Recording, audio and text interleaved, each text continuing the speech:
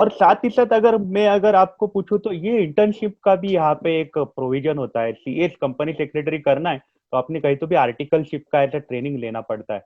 तो वो क्या कोर्स है और वो जनरली कहाँ करना चाहिए, शहरों में कौन से करना चाहिए, अगर आप गांव में हो तो गांव से आप कैसे कर सकते हो वो कोर्स, वो बारे में थोड़ा सा ब्रीफ। जैसे हम लोग पहले डिस्कस कर रहे थे कि एकेडमिक्स आप घर से कर सकते हो, लेकिन ये जो ट्रेनिंग है जिसको हम आर्टिकलशिप जनरल पार्लेंस में बोलते हैं, आईसीएसआई टर्मिनोलॉजी में उसको ट्रेनिंग बोलते हैं। ट्रेनिंग आप जितने अच्छे जगहों से करोगे उतना आपको नॉलेज आएगा, उतने आप परिपक्व बनोगे, उतने आपको इम्प्लीमेंटेशन और कॉर्पोरेट मैटर्स हैंडल करने को मिलेंगे। इसलिए आपने ये बड़े कंपनीज या बड़े ऑर्गेनाइजेशन से प्रैक्टिसिंग कंपनी सेक्रेटरीज के साथ ही करना चाहिए। बिकॉज अब क्या होता है, जब आप एक लेट से कि सीएस फर्म है जहाँ पे 10 लोग 20 लोग 30 लोग काम कर रहे हैं, तो आपका एक सर्कल बनता है। और साथों साथ हर चीज हर एक को मिलती नहीं है, लेकिन वो 30 लोगों को 30 अलग अलग चीजें हैं, वो सब आपके दोस्त है और सब लोग काम करें तो एट ए टाइम एक महीने में वो 30 चीजें सीख लेता है। बिकॉज हम लंच के वक्त, टी टाइम के वक्त एक दूसरे से बात करते हैं, क्या चल रहा है अपने ऑर्गेनाइजेशन में, उसकी बातें होती है, स्टडी सर्कल मीटिंग्स होती है, इंटरनल ट्रेनिंग्स होते हैं। तो ऑब्वियसली उसका बहुत ज़्यादा फर्क होता है, उसका बहुत ज़्यादा इम्पैक्ट आता है अपने नॉलेज इन्हांसमेंट पे। और ट्रेनिंग अच्छी जगहों से, बड़े कॉरपोरेशन से या बड़े कंपनी सेक्रेटरीज के पास ही करना चाहिए। ज्यादातर कौन से शहरों में अच्छी आपको मिल सकती है इंटर्नशिप? अगर हम महाराष्ट्र की बात करें तो पुणे और मुंबई लोग प्रेफर करते हैं। लड़कियां अगर है तो दिल्ली थोड़ा अवॉइड करते हैं लोग बिकॉज ऑफ द वहाँ का जियो सेफ्टी। Political reasons. बेंगलोर में है, चेन्नई में है, हैदराबाद में है, आजकल औरंगाबाद नागपुर ऐसी जगहों पे भी बहुत अच्छे प्रैक्टिसिंग लोग हैं, अहमदाबाद है, इंदौर है, कोलकाता है। सो जो भी ये टायर 2 टायर 3 सिटीज है वो प्रेफर करे तो एकदम से कल्चर चेंज नहीं आता है। एकदम फ्रॉम छोटे जगहों से अगर आप बॉम्बे दिल्ली जैसी जगहों जाओगे तो बिगड़ने के चांसेस रह सकते हैं। या आप वो चकाचौंध में थक हार के मेन कोर्स बाजू में रह के दूसरी चीजें कर सकते हो। तो आपको अगर डेडिकेटेडली काम करना है और आप छोटी जगहों से बड़े जगहों पे आ रहे हैं तो स्टेप वाइज गया हुआ कभी भी अच्छा है। तो आप एक टायर 2 टियर 3 सिटीज जो है उसको आप प्रेफर कर सकते हो एक बार ट्रेनिंग होने के बाद में, then you can move to the bigger cities like Mumbai Delhi. That would be my suggestion. लेकिन इसमें भी मतलब जैसे हम बोलते हैं कि आप जीएसटी एक्सपर्ट हो, इनकम टैक्स एक्सपर्ट हो, ऐसे सीए में हम देखते हैं ऐसे ऐसे अलग अलग एक्सपर्टाइजेशन आते हैं। तो क्या इंटर्नशिप का ज्वाइन करते हुए स्टूडेंट ने केयर लेनी चाहिए कि उसका भी कोई पर्टिकुलर एरिया में ही काम करना है, फेमा में मुझे काम करना है जिंदगी में, कंपनी सेक्रेटरी कंपनी एक्ट के रिलेटेड ही काम है करने, तो उसके रिलेटेड उसने सोचना चाहिए कि as a company secretary as a package करके उसने ट्रेनिंग लेना चाहिए? आपकी क्या राय है? ट्रेनिंग लेते वक्त आप स्पेशलाइज ट्रेनिंग ट्रेनिंग के टाइम में नहीं ले सकते, क्योंकि कहीं कहीं पे भी आप जाएंगे तो आपको कंप्लीट पैकेज मिलेगा, सब तरह के काम करने पड़ेंगे और सब तरह के काम करने भी चाहिए।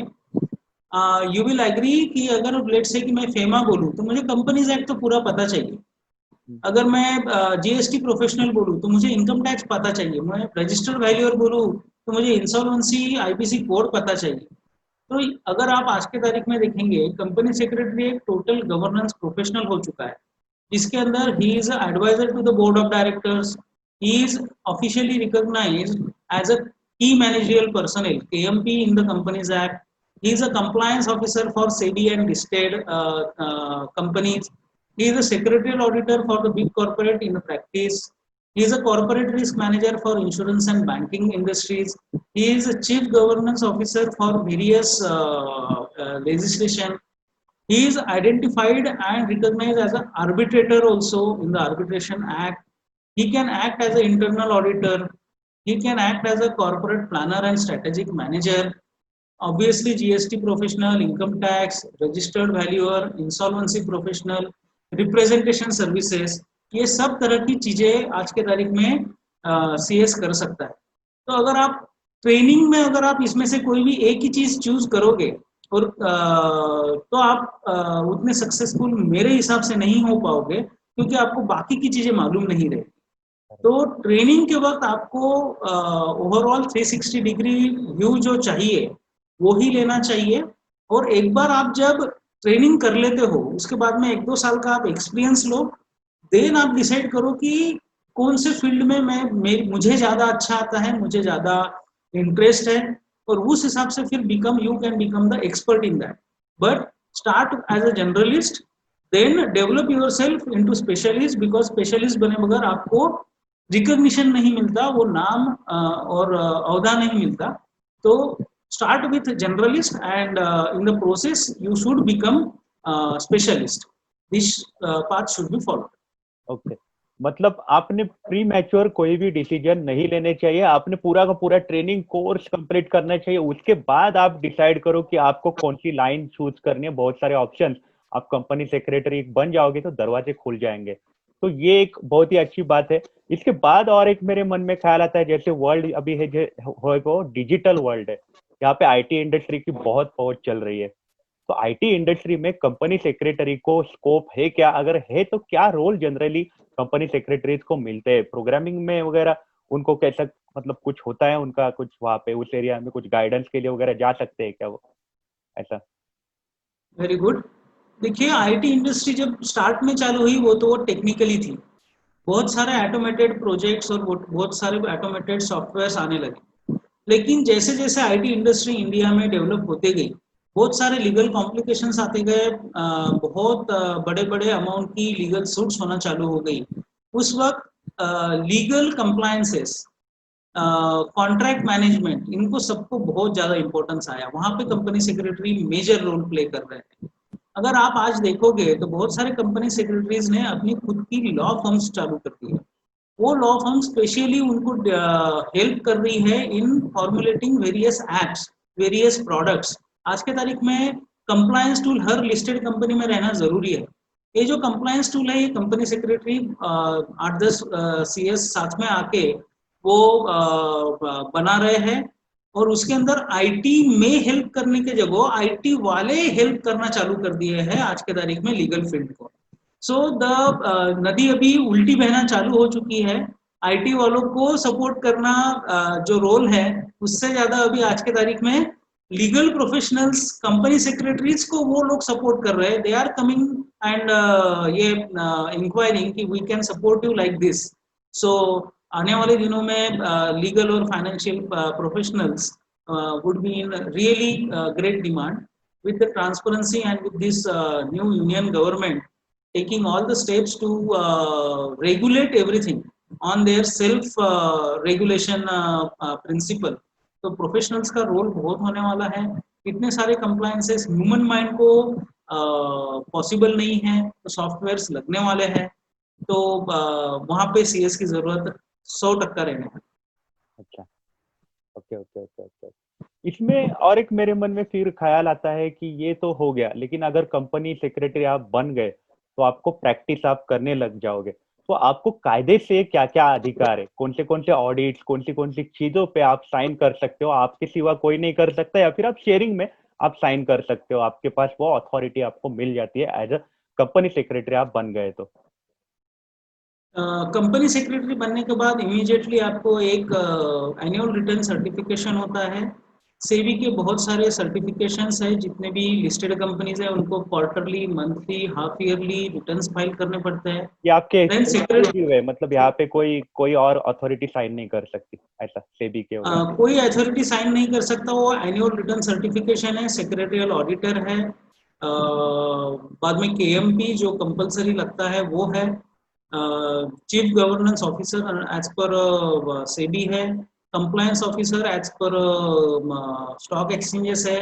ये एक्सक्लूसिव डोमेन है कंपनी सेक्रेटरी के। और आईसीएसआई ने पोस्ट क्वालिफिकेशन कोर्सेज भी निकाले, जैसे रजिस्टर्ड वैल्यूअर हो गया, इंसॉल्वेंसी प्रोफेशनल हो गया, रिप्रेजेंटेशन सर्विसेज हो गया, आर्बिट्रेटर हो गया। तो ये सब जो चीजें हैं, ये along with other professional bodies CS can also do। So CS can be a IBC professional, means insolvency and bankruptcy code के अंडर में, NCLT में प्रैक्टिस कर सकता है। तो ऐसी बहुत सारी जो चीजें हैं वो अलॉन्ग विद आइदर लॉयर और CS सीएस को भी उसका स्कोप है, जो कि एडिशनली एक्सक्लूसिव जो फील्ड्स है सीएस के लिए उसके अलावा है। अच्छा, मतलब अच्छा खासा स्कोप है, सीएस को भी बहुत सारी अथॉरिटीज आपको एज अ मिल जाती है, टैक्स ऑडिट की वगैरह भी आपको अथॉरिटीज है, राइट? बहुत सारे, बहुत सारे। बहुत सारे पावर्स आपको मिल जाते हैं। तो अभी हम है इंटरव्यू के आखिरी पड़ाव पे, यहाँ पे हम अब रुक लेते हैं स्टूडेंट्स की तरफ। जो स्टूडेंट्स है, जो अभी के स्टूडेंट्स है, जो पढ़ रहे हैं, उनके लिए मेरा सवाल है कि वो स्टूडेंट्स है, उन्होंने कितना घंटा पढ़ना चाहिए। और दूसरा बात है कि कंपनी एक्ट जो है ना, एक ऐसा रिजिड टाइप का लगता है, इसको मैं लॉजिकली लिंक नहीं कर पाते। जैसे अकाउंट हम पढ़ते तो लॉजिकली लिंक, ये फिगर यहाँ गई तो हम पढ़ेंगे, लेकिन कंपनी एक्ट पढ़ना है तो कैसे पढ़ना चाहिए, वो क्या, उसके लिए कुछ ऐसा क्विक फॉर्मूला क्या है आपके पास? यस, मैं क्या सोचता हूँ वो जरूर बताऊंगा आपको। इसमें क्या होता है कि जब कभी भी हम कोई भी कोर्स चालू करते हैं, उसको हम चाहते हैं कि हमको जो आता है, जो नॉर्मल प्रैक्टिस में होता है, उससे हम लिंक करने की कोशिश करते हैं। जैसे आपने बताया कि अकाउंट्स में हमको पता चलता है कि debit what comes in, credit what goes out, क्योंकि हम बचपन से बैंक अकाउंट देखते हैं, सब्जी खरीदने जाते हैं, किराना माल खरीदने जाते हैं, शॉप्स और मॉल्स में जाते हैं, तो हमको वो इक्वेशन पता होता है फाइनेंस का। तो इसलिए हम तुरंत कनेक्ट करते हैं और हमको ऐसा लगता है कि अरे ये कितना इजी है। तो सीएस ये जो करियर है, ये जो करिकुलम है, ये अगर आप आपके स्टडी मटेरियल जो इंस्टीट्यूट प्रोवाइड करती है, वो एक बार पढ़ ले, ज्यादा दिमाग लगा के न लगा के। अगर हम हमारा दिमाग यूज करेंगे तो हमको उसका एक्सपीरियंस नहीं है पूरा ना, तो हमको एक्सपीरियंस करने के लिए एक्चुअली क्या है ये जानना जरूरी है। तो first get acquainted with what the CS is, ये हमारे करिकुलम में क्या है ये एक बार पढ़ लीजिए। देन जब आप हर जगह पे जाओगे, तो आप जब आपका सादा ईमेल अकाउंट भी बनाओगे, तब आपको प्राइवेसी पॉलिसीज और टर्म्स कंडीशन एग्री करने को बोलेंगे, जो आज तक के आप आंखें बंद करके एक्सेप्ट करके आगे जाते थे। अब आप आगे नहीं जाओगे, आप पढ़ोगे, आप डिसाइड करोगे कि क्या क्या मैं कर सकता हूँ, मैंने एक्सेस देना चाहिए या नहीं। फॉर एग्जाम्पल, अपने आईफोन पे या एंड्रॉइड फोन पे हम बहुत सारी ऐप डाउनलोड करते हैं, तो वो परमिशन यस और नो हम सबको ऐसे ऐसे करते हैं, हम इतने घाई में रहते हैं क्योंकि हमको पता ही नहीं होता है इससे क्या होने वाला है। तो जब आप सीएस जैसा कोर्स करते हो और उसके करिकुलम में एक दूसरे को जानना चालू करते हो करिकुलम को, तब आपको ध्यान में आता है कि no, I should say no, मेरा डाटा प्राइवेसी है, मेरा लोकेशन सर्विस नहीं जाना चाहिए, मेरा पर्सनल डेटा नहीं जाना चाहिए, मेरे कैमरे के फोटोज नहीं जाना चाहिए। सो ये जो आता है, ये सब legal field of the life है। सो इसको समझने के लिए थोड़ी मैच्योरिटी लगती है, और वो मैच्योरिटी एक बार आप जब करिकुलम पढ़ लेंगे, तो उसके बाद में आपको हर चीज लिंक करना चालू कर देंगे, तो आपको सीएस कोर्स भी इजी लगना चालू हो जाएगा। अगर हम ऐसा सोचें कि अरे नहीं, ये तो अकाउंट्स तो बहुत इजी है, आप मुझे बताइए इनकम टैक्स में क्या लॉजिक है। हम इनकम टैक्स पढ़ते हैं, हम्म। और हम इनकम टैक्स उस हिसाब से आईटीआर बनाते हैं और फाइल करते हैं, हम वहां पे पूछते हैं कि नहीं नहीं ये ऐसा क्यों है। So the law is always based on the tradition, good practices, general good of the society. So जिस चीजों को रिस्ट्रिक्ट करना है वो चीजों को रिस्ट्रिक्ट किया हुआ है, ये लॉजिक लगाना चाहिए। और कौन सी चीजों को बढ़ावा देना चाहिए, उनको रिस्ट्रिक्शंस नहीं है, वो इजीली अवेलेबल है, इजीली कर सकते हैं। उस हिसाब से अगर आप लॉ पढ़ोगे तो आपको लॉ को कनेक्ट करते आएगा। आपने सोचना चाहिए, और आप आपके प्रजा के लिए, आप आपके किंगडम के लिए कौन से रूल्स लगाओगे, कौन सी चीजें अलाउ करोगे, कौन सी चीजें नहीं करोगे। The moment you come with that mentality, तो आप लॉ को बहुत इंटरेस्टिंग है और बहुत अच्छे से इजीली ध्यान रख सकते हैं ये ट्रिक के हिसाब से। That is all. मतलब इसमें सर कह रहे हैं कि आपको लॉजिकली फिलहाल मत पढ़ो, जैसे आप पढ़ रहे हो वैसे आप नॉर्मल पढ़ते जाओ, बाद में आप इसको लिंक कर सकोगे, जैसे जिंदगी में आप आगे बढ़ोगे, उसमें एक्चुअली काम करोगे, इंटर्नशिप करोगे, तो फिर आपको उसका बेनिफिट मिलना चालू हो जाएगा। आप पढ़ते रहो, बाद में वो ज्ञान आपको काम आने वाला है। इसके बाद सर मेरा एक आखिरी सवाल है कि आपको क्या ऐसा लगता है एज अ कंपनी सेक्रेटरी कि सीएस फील्ड है, इसका अवेयरनेस कम है, या फिर सीएस फील्ड है कंपनी सेक्रेटरी अंडररेटेड रह गया है?